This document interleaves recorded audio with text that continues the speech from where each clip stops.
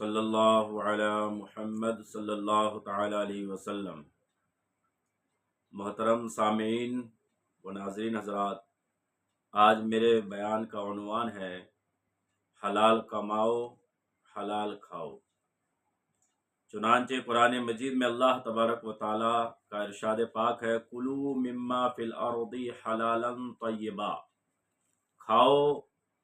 اس میں سے جو زمین میں ہے حلال اور پاکیزہ، حلال اور طیب۔ تو معزز سامعین، انسان کو اپنی زندگی برقرار رکھنے کے لیے کھانے پینے کی شدید ضرورت ہے، حاجت ہے۔ اس کے بغیر انسان زندہ نہیں رہ سکتا۔ بغیر کھائے نہ تو انسان زندہ رہ سکتا ہے، نہ بغیر پیے زندہ رہ سکتا ہے۔ تو انسان کے زندگی کے لیے کھانا اور پینا یہ دونوں ہی ضروری ہے۔ تو اسلام نے یہ نہیں کہا کہ تم کھانا پینا چھوڑ کر تم صرف اللہ کی عبادت کرو، کماؤ مت،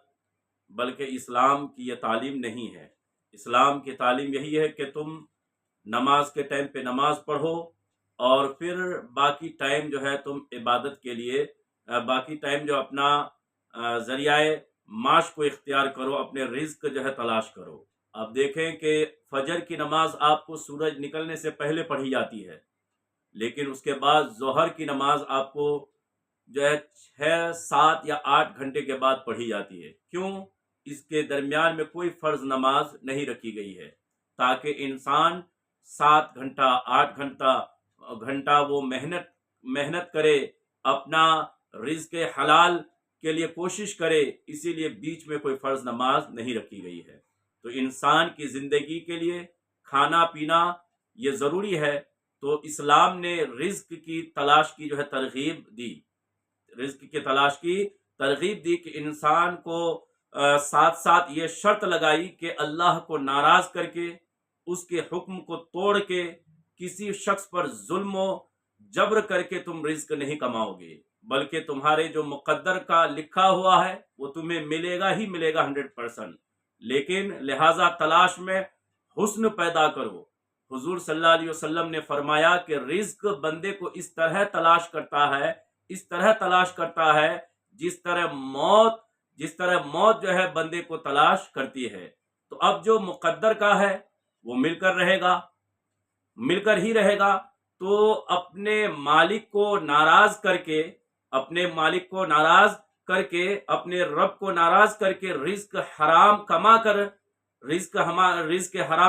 کر اپنے مالک کو ناراض کر کے اگر ہم رزق حاصل کریں گے تو پھر بھی ہمیں وہی ملے گا جو ہمارے مقدر میں ہے۔ مقدر سے بڑھ کے نہ تو